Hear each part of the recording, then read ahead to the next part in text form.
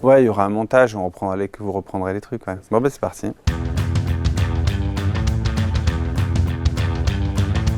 Rennes, c'est la place de choix pour le développement d'une plateforme numérique comme BlackNote. J'ai fait mes études en Bretagne. Ma première start-up, Streamezzo, qui est une spin-off de Orange, avait toute sa R&D sur Rennes. Donc, quelque part, ça a été quand même le confluent de pas mal d'activités, que ce soit de mes études étudiantes, de mon activité de R&D chez Orange, de ma première start-up, de ma vie personnelle et maintenant même de BlackNote. J'ai créé BlackNote en 2016.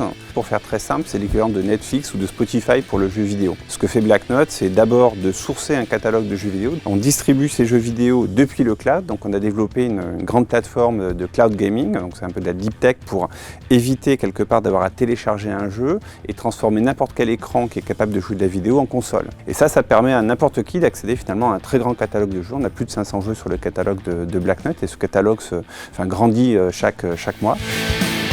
Divertissement, alors jouer. Tout le développement des services de streaming qui ont commencé par Deezer, Spotify, Netflix, etc. Ces services-là existent pour de l'audio, pour des films et pour des séries, mais n'existent pas encore pour le jeu vidéo. Dans notre écosystème, il y a une trentaine de personnes. On travaille avec pas mal de SS2I du bassin rennais. Rennes est un cœur de compétences sur l'image, le réseau, la vidéo. Donc il y a pas mal de sociétés qui se sont développées dans ce domaine-là. Donc c'est effectivement très naturel d'avoir BlackNote ancré en fait à Rennes. C'est une ville qui reste un grand centre culturel. On va y retrouver tout ce qu'on pourrait retrouver aussi en termes de théâtre, en termes de musée. Mais j'avoue que moi, ce qui m'a attiré aussi sur Rennes, c'est ce qui est à côté de Rennes, et c'est à Saint-Malo, et c'est la mer. En équipe. Alors, ça a été assez facile de recruter à Rennes. On va trouver des compétences sur le réseau, on va trouver des compétences sur la partie vidéo. Il y a des écoles, il y a des écoles d'ingénieurs, des écoles en télécom. Donc il y a aussi un bassin finalement d'étudiants assez riche dont on a nous bénéficié. Rennes est une ville sensible au gaming, très clairement. C'est une ville qui est sensible aussi aux industries créatives. Je pense que du fait des technologies qui sont présentes à Rennes, on va, j'espère, attirer un certain nombre de studios aussi, où la proximité permettra de s'inspirer, de se cross-polliniser, comme on dit, pour trouver quels seront les prochains jeux ou les prochaines expériences de jeu sur le cloud gaming.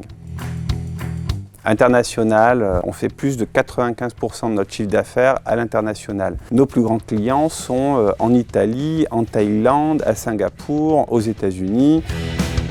BlackNote a bénéficié de l'écosystème rennais, qui est un système très riche en fait pour les startups. Tout d'abord, il y a le pool. Ensuite, on a été accompagné par la métropole et on a aussi beaucoup travaillé avec Basic, qui nous a accompagnés sur plusieurs salons à l'international.